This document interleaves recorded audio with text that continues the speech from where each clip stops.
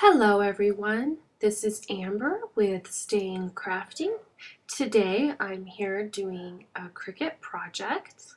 I've cut this beautiful paper lace from the storybook cartridge at 8 inches and I'm going to be using it as a stencil to do some glimmer misting.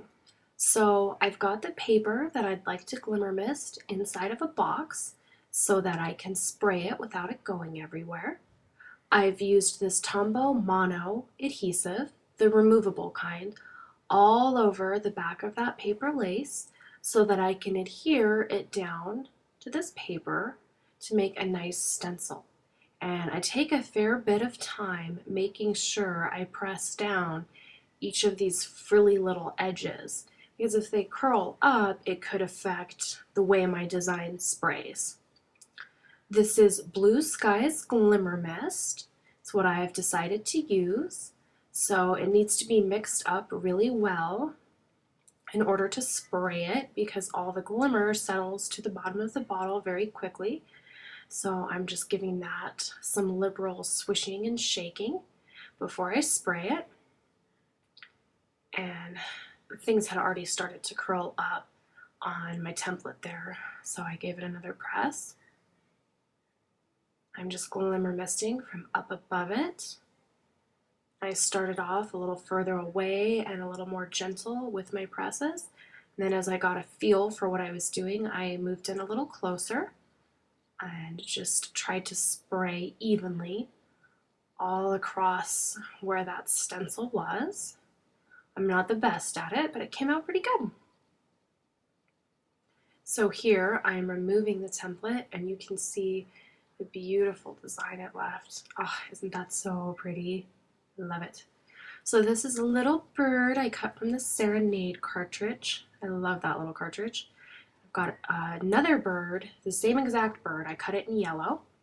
Its wing got messed up when it was cutting. It didn't cut right, but that's okay because I'm only going to use this bird for the beak and the feet. So I'm just going to trim away that whole back end because none of it's going to show.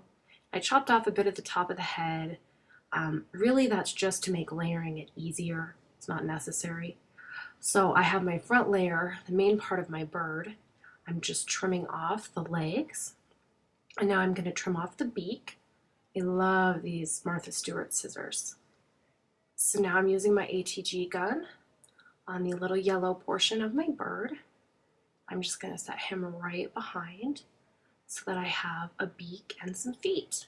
I find this easier than cutting the beak and the feet off the yellow part and having those tiny pieces to work with. So you can see there, it turned out really cute, adds a bit of detail. Now I'm using some Scotch Quick Dry adhesive on this wing layer, and it's very pretty and delicate with a swirl in it. So I'm just carefully adding adhesive there, securing it down. You can see what the bird looks like put together. Now I've got some Zip Dry, and this is an absolute favorite adhesive of mine. It's wonderful for all sorts of things. So I'm putting a dot of that on to be a little careful with it. Tends to come out kind of fast. So then I've got a pearl that I am using for the bird's eye. I'm carefully placing in my dot of Zip Dry. And now I've got some lavender stickles. And I'm just going to place little dots all in that swirled pattern of the wing just to add a little bit of definition and interest.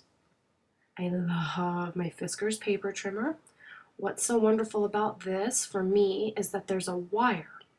And you can see in the video what I'm lining up there is the wire. It runs down the middle of the trimmer and shows me exactly where I'm going to be cutting. So now that I've cut the whole piece out, I'm just using my ATG gun again. I'm being really liberal with this because the paper has curled up a little bit from the wet glimmer mist. So I'm being pretty liberal with my adhesive. I want to get it all over so that it'll lay nice and flat and smooth. I don't want it curling up on me. And I'm just layering that 8-inch square onto this 9-inch piece of blue paper to create a nice border around my pretty glimmer mist. Now I'm using a Uniball Signo gel pen. It's my favorite white gel pen to do some faux stitching. I've got this branch I cut from the storybook cartridge, or from the tie the knot cartridge, excuse me, and I'm using my Scotch Quick Dry, and I'm just making little dots. I find they seep out less than a solid line when I'm pressing down my glue. So I'm lining it up with the edge there and smoothing it carefully down along the bottom of my piece. Now I've got my little bird all put together and completed. I'm just gently adding adhesive. I'm using my tweezer bee scissors there to control my bird. I had to be pretty careful there. I didn't want to accidentally bump the bird down and not have him in the right spot. And also my stickles were wet, so I was mindful not to press down on the wet stickles. So now I'm going to be tying a bow. My Ultimate Crafter's Companion, I'm taking the left-hand side there. I pull it over. Looks like I had to try it twice. So I pull it over, and then I tuck it under. Then I tuck it all the way under through the back and pull it up to the front. That creates my basic bow. Now all I have to do is tie it in a knot. Some ribbon, it'll look beautiful like that. This wired ribbon, the middle looked pretty puny, and I needed to fluff out the wires. So I go ahead and take care of that. Here you can see me starting to fluff the wire. And then I took a portion of the tail and wrapped it around the center of the bow to create a prettier inside. Now I'm taking a ruler and I'm finding the center of my paper, and I just made a little notch with my tweezer bee scissors. And I'm using my Crocodile to punch a hole. Easily punch through both those layers of the Crocodile.